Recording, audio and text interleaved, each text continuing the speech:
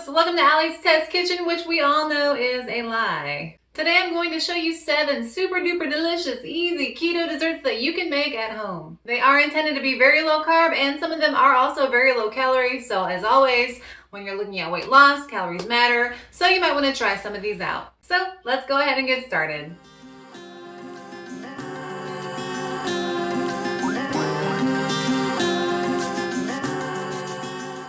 I spent a couple hours whipping up all of these delicious treats just to show you how you can still eat your favorite desserts on a ketogenic lifestyle. Now remember, everybody's approach to keto is going to be different depending on what your goals are and what your needs are and what your habits and lifestyle is like. So this is just a perspective into maybe some things you'd like to try. So the title of this video is 7 keto desserts that you should try or something along those lines, but the number is 7, and that's because I have found in maintenance mode I need to regulate myself a little bit better. So I've been finding that recently I prefer not to make my own sweet treats, but I've been getting some Quest bars and these have been doing me really well because it's hard to binge on these. They're a little bit more expensive, so I only buy like 1 box at a time, and they're prepackaged, so it's not like I'm gonna go overboard. That's just how I do. So that's my first keto dessert option if you'd like to try those. I really like the cookie dough and the strawberry cheesecake. Let's start with the things that are going to melt first. If you've been craving a milkshake, you need to try out this recipe. It is a keto chocolate almond milkshake. So simple ingredients for all of these recipes, by the way, but for this milkshake, you're just gonna need some ice, almond milk, cocoa powder, and some stevia. 1 keto chocolate almond milkshake is gonna run you about 50 calories and about 3.5 net grams of carbs. So a nice little low calorie option if you're looking to watch those calories. So important for weight loss. I talk about it all the time. If you have never heard me talk about calories, I don't think you've been watching. Just saying, I mean, you should watch me more. Super duper simple recipe, kind of hard to mess it up. All you do is blend everything together.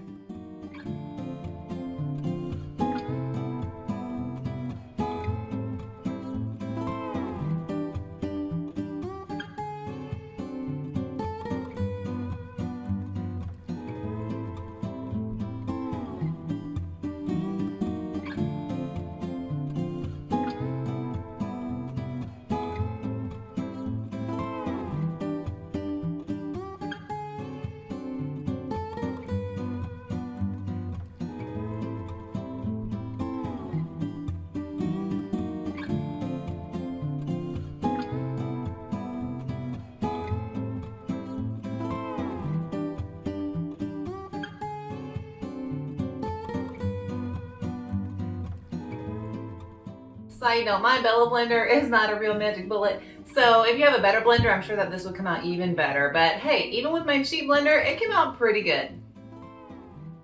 Okay, our next dessert that you might want to try that is very low calorie and low carb is this keto root beer float. Now I posted this back on my Instagram a couple years ago and I had it all bubbly and people were wondering how I got the bubbles. Well, you just blow on them like this. It's been sitting there for a while because I was taking some pictures. But anyway, you get the gist. So that's how you make it really bubbly. But this is such a nice treat because it is also very low calorie. You're going to use diet root beer and 2 tablespoons of heavy whipping cream. So really the only thing you have to count is the heavy whipping cream, which is like 50 calories per tablespoon, and we use 2 tablespoons, so that comes out to 100 calories. I'm so smart. And each tablespoon of heavy whipping cream is about 1 gram of carbs, so then you end up with 2 for your final product.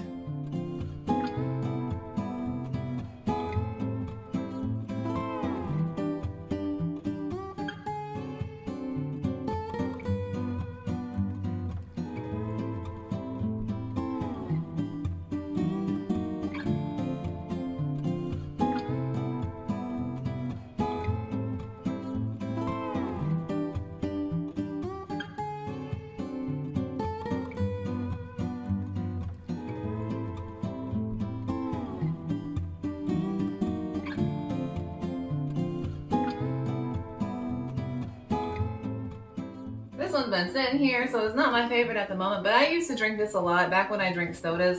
I've kind of been off soda. I'm kind of proud of myself, by the way. I have not bought soda for myself in over a month now, and I think vacation had something to do with that. I just got used to it. So I try not to stick around the sodas too much, but this is a good option if you do allow diet soda. Remember, don't be keto please. If people want to drink diet soda on keto, let them do it. If it's helping them lose weight and get healthy, it's none of your business. Okay, our next keto dessert is something I found on Pinterest, and I'll try and post a screenshot if my editing software allows me to do that. It's really temperamental. So this is a 3-ingredient peanut butter cookie, and it's super duper simple to make. Basically, you just need some peanut butter, an egg, and a little bit of sweetener, and you mix it all up and you put it in the oven. So when you first start mixing all of your ingredients together, it looks really soupy. Just keep mixing it. It'll turn into an actual dough. Roll it into some balls, stick it on some parchment paper, and bake it at 350 for about maybe 8 to 10 minutes. But before you bake it, make sure to score it so that they flatten out a little bit, and you have a cute little design for your peanut butter cookie.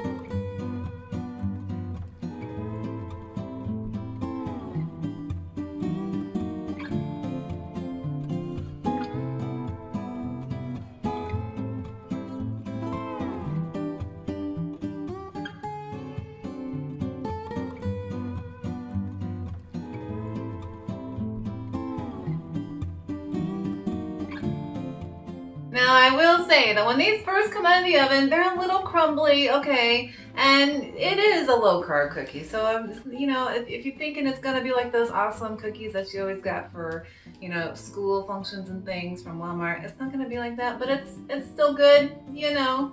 I love peanut butter, so I like these anyway. I'm a peanut butter fiend. Actually, I've really had to stay away from nuts and nut butters. And I've been doing really well recently in maintenance mode, not struggling too much with just trying to keep the weight off. So I do stay away generally now at this point in my maintenance from those things, but I'm gonna eat this anyway. Ha! Try and stop me.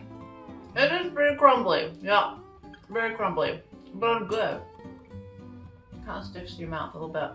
Honestly, I think that these are better than next day. If you let them sit in some Tupperware, they kind of moisten up a bit and they're not as crumbly. Super duper good. Like I say that for everything. I'm sorry, guys. Super duper good. Super duper good. Give this a try if you like peanut butter. Okay, our next dessert that is super duper simple. I've made it once before in my keto slim down video. It didn't turn out that great just because I was tired and it didn't look awesome. But I made this one look a little bit better. This is a cheesecake mug cake. Mug cheesecake. Anyway, it's easy. All you need is some cream cheese, an egg, and some sweetener, and a microwave. Now, my mom's dinosaur over there took a long time to make this, so I'm going to suggest you microwave yours in like 30-second increments because I had to do mine for like 2 minutes.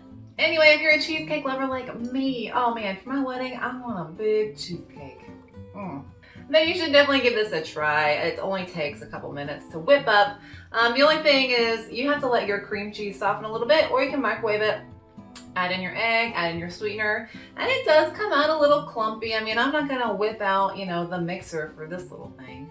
I don't know, it doesn't bother me. It tastes good, that's all that matters, in my opinion. But you may be different, so it's up to you. Anyway.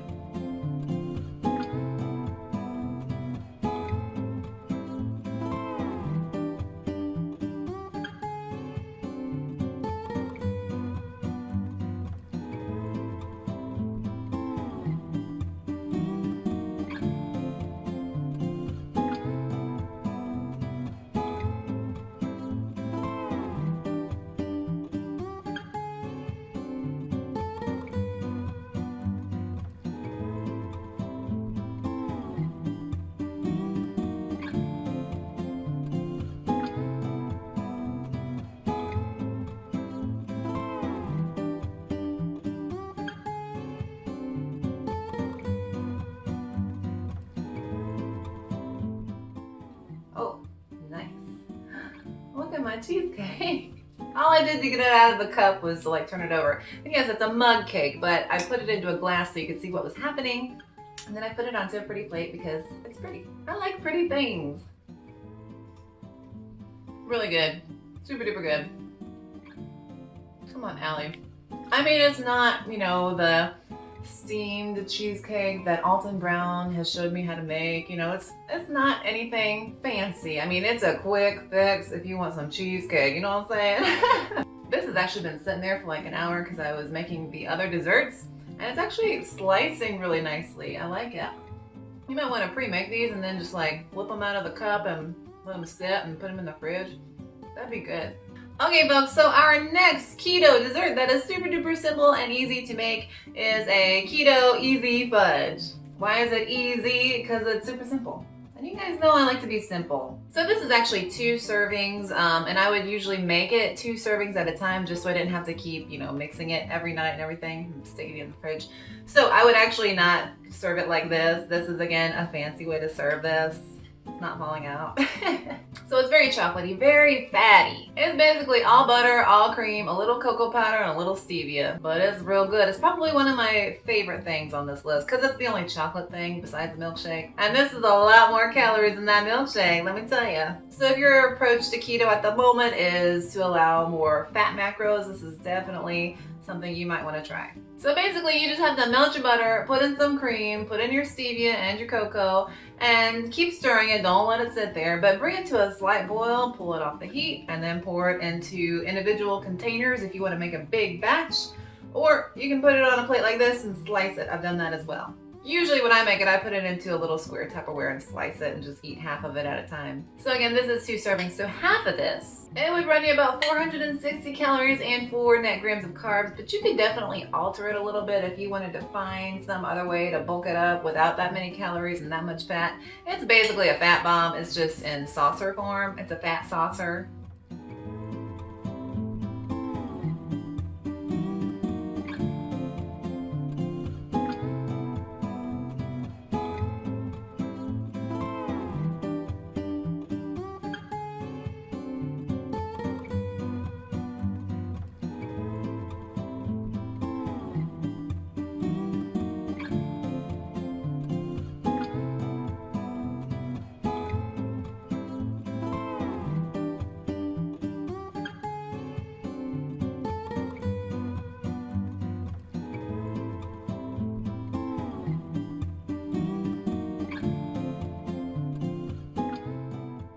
Anyways, let's try this out. I let it sit in the freezer so it would harden up for this video. Very rich, very smooth, very chocolatey. Oh my gosh. Okay, so I'm gonna stop eating this because I don't want to like gain all my weight back. But this is really good and you should try it. And one of the simplest things on this list to make, because really you need 3 ingredients. You need cream cheese, sour cream, and some stevia. Oh, and so 4 ingredients. You need some birthday cake extract. I made this in batches for a long time. I had the little Rubbermaid Tupperwares like this. And so I make a big batch of this. But basically what you need is 8 ounces of cream cheese, 40 grams of sour cream, some stevia, and some birthday cake extract. And you could totally leave that out or use a different extract like maple or something, or just vanilla. It's up to you. Almond. You could also use Neufchâtel, which I've done, and that's pretty much the exact same taste. The only difference is Neufchâtel has a little bit less calories. So if you're really watching those, use some Neufchâtel cheese. It's right next to the cream cheese. So for the whole recipe that I made today, it came out to about 250 grams altogether, and this is about 80 grams. But the whole batch together comes out to about 809 calories and 17.5 net grams of carbs. So I divided this into 3. So not too bad of a calorie bomb for a third of this recipe, which is what this is.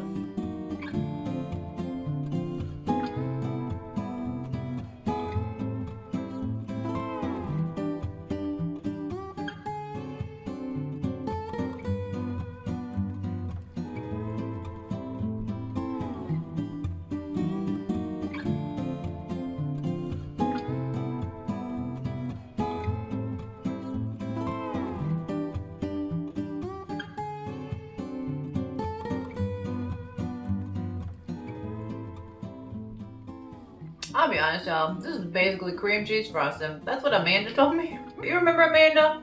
When I told her about this, she was like, you're basically eating cream cheese frosting for dessert. And I was like, yep, that's my favorite part of the cake. I just want the frosting. So I'm an adult, I do what I want. Well folks, that's about it for today. I'm a little full. I was gonna go get groceries, but it's late and I have all this food. I'm not even gonna need Quest bars this week because I've got so many desserts to eat. I like making these types of videos, and then I'm like, man, they're really ruining my diet. I could not taste the food, but I mean, that's no fun. I do hope that you guys give these recipes a try. They are really good, and again, they are simple and easy to make and quick. If you did enjoy this video, please don't forget to like and subscribe. That would help me out so much. And if you'd like to follow me on social media, I'll link all that down below, and I'll post all of this nutrition down below as well. Again, thank you guys so much for watching. My name's Allie. Have a good one. Bye!